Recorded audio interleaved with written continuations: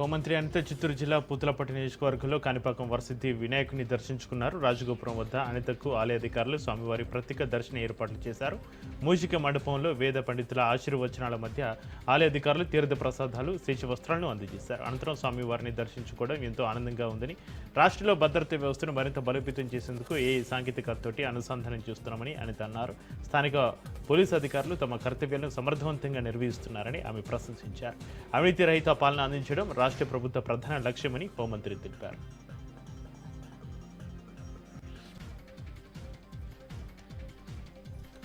వికారాబాద్ జిల్లా యాలాల మండలంలో రైతుల ఆవేదన రోజురోజుకి పెరిగిపోతుంది. కొనుగోలు కేంద్రాల్లో పేరుకుపోయిన ధాన్యం బస్తాలు అకాల వర్షాలకు తడిసి ముద్దవుతూ ఉండడంతో అన్నదాతల కష్టాలు వర్ణనాతీతంగా మారాయి. మరో 15 రోజులలో భారీ వర్షాలు ముంచుకొస్తున్న నేపథ్యంలో ఇప్పటికీ పూర్తి స్థాయిలో ధాన్యం కొనుగోలు జరగకపోవడం రైతులను తీవ్ర ఆందోళనకు గురిచేస్తుంది. ఇటీవల జిల్లా కలెక్టర్ దీపక్ తివారీ కొనుగోలు కేంద్రాలను ఆకస్మికంగా తనిఖీ చేసి అధికారులకు స్పష్టమైన ఆదేశాలు జారీ చేసినప్పటికీ కూడా పరిస్థితుల్లో ఎలాంటి మార్పు కనిపించలేదు. అధికారుల నిర్లక్ష్యం కారణంగా ధాన్యం బస్తాలు ఇప్పటికీ కొనుగోలు కేంద్రాల్లోని పేరుకుపోతున్నాయి. ఈరోజు కురిసిన అకాల వర్షానికి యాలాల మండలంలోని బెన్నూరు, జుంటుపల్లి, ఓరై కొనుగోలు కేంద్రాల్లో వేల సంఖ్యలో నిల్వ ఉంచిన వరి ధాన్యం బస్తాలు పూర్తిగా తడిసిపోయే. వర్షపు నీరు ధాన్యంలోకి చేరకుండా రైతులు పరదాలు కప్పి నీటిని చేతులతోటి తొలగిస్తూ పడుతున్న అవస్థలు హృదయ విదారకంగా మారాయి. తడిచిన ధాన్యం నాణ్యత దెబ్బతిని మద్దతు ధర కోల్పోయే ప్రమాదం ఉందని రైతులు ఆందోళన చెందుతున్నారు. ఇప్పటికైనా సంయుక్త అధికారులు వెంటనే స్పందించి కొనుగోలు వేగవంతం చేసి తగిన రక్షణలు చేపట్టాలని అన్నదాతలు డిమాండ్ చేస్తున్నారు.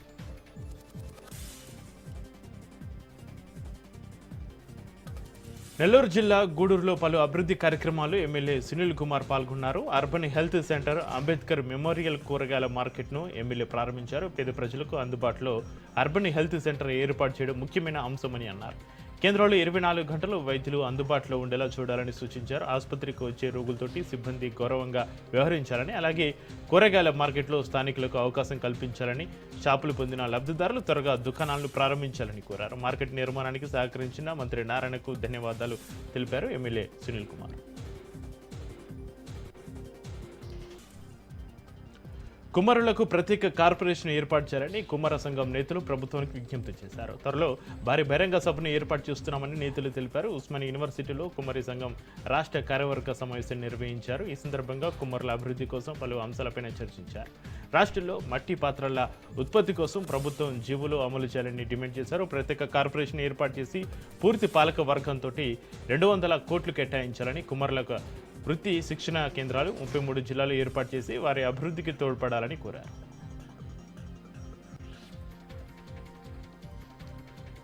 పులి నుంచి త్రూటులో తప్పించుకుని ఓ మహిళ ప్రాణాలతోటి బయటపడిన ఘటన పోలవరం జిల్లా రాజవొమ్మంగిలో చోటు చేసుకుంది.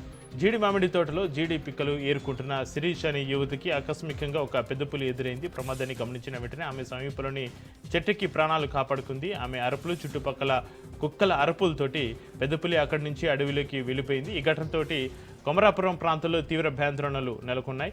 గ్రామస్తులు తమ భద్రతపైన ఆందోళన వ్యక్తం చేస్తున్నారు. ఈ సమాచారంతో అటవీశాఖ అధికారులు పులి జాడను గుర్తించే పనిలో పడ్డారు. ప్రజలు గుంపులుగా మాత్రమే అడవికి సమీప ప్రాంతాలకు వెళ్లాలని అధికారులు సూచిస్తున్నారు.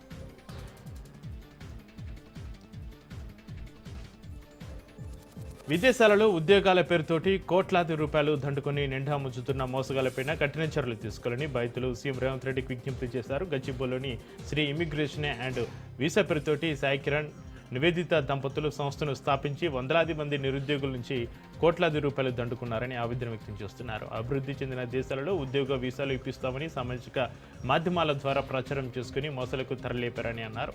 తమకు న్యాయం చేయాలంటూ స్థానిక గచ్చిబౌలి పోలీసులకు పలుమార్లు ఫిర్యాదు చేసినా ప్రయోజనం లేకుండా పోయిందని బాధితులు కన్నీరు పెట్టుకుంటున్నారు. నిందితులను అరెస్ట్ చేసి బాధితులకు న్యాయం చేయాలని, ప్రభుత్వం స్పందించకుంటే ఆత్మహత్యలే శరణ్యమని వాపోతున్నారు. జనగామ జిల్లా లింగాల ఘనపురంలోని ఏనేబావి గ్రామంలో ధాన్యం కొనుగోలు జాప్యంపైన తిరుమలేష్ అనే రైతు ఆత్మహత్యకు యత్నించాడు.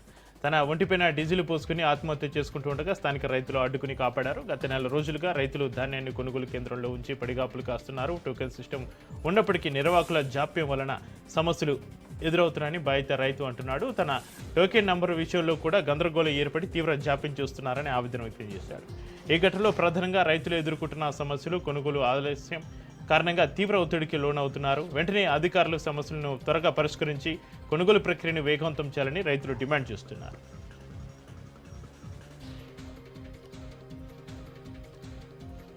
కుకడపల్లి వసంత నగర్ డివిజన్ భగత్ సింగ్ నగర్లో ఉచిత వైద్య శిబిరం నిర్వహించారు. ఈ శిబిరాన్ని బసవతారకం హాస్పిటల్ సౌజన్యంతో కాంగ్రెస్ నేత యాకనారాయణ ఆధ్వర్యంలో నిర్వహించారు. ఈ కార్యక్రమానికి ఖమ్మం కార్పొరేషన్ చైర్మన్ బండి రమేష్ ముఖ్య అతిథిగా హాజరయ్యారు.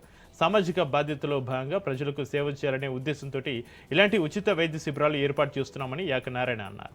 కాలనీవాసులు ఈ సేవలను సద్వినియోగం చేసుకోవాలని కోరారు. ఈ కార్యక్రమంలో గాలి బాలాజీ, సాయిబాబు చౌదరి, కొప్పిశెట్టి దినేష్ కుమార్, గంధం రాజు, శ్రీనివాస్, అరవింద్ తదితరులు పాల్గొన్నారు.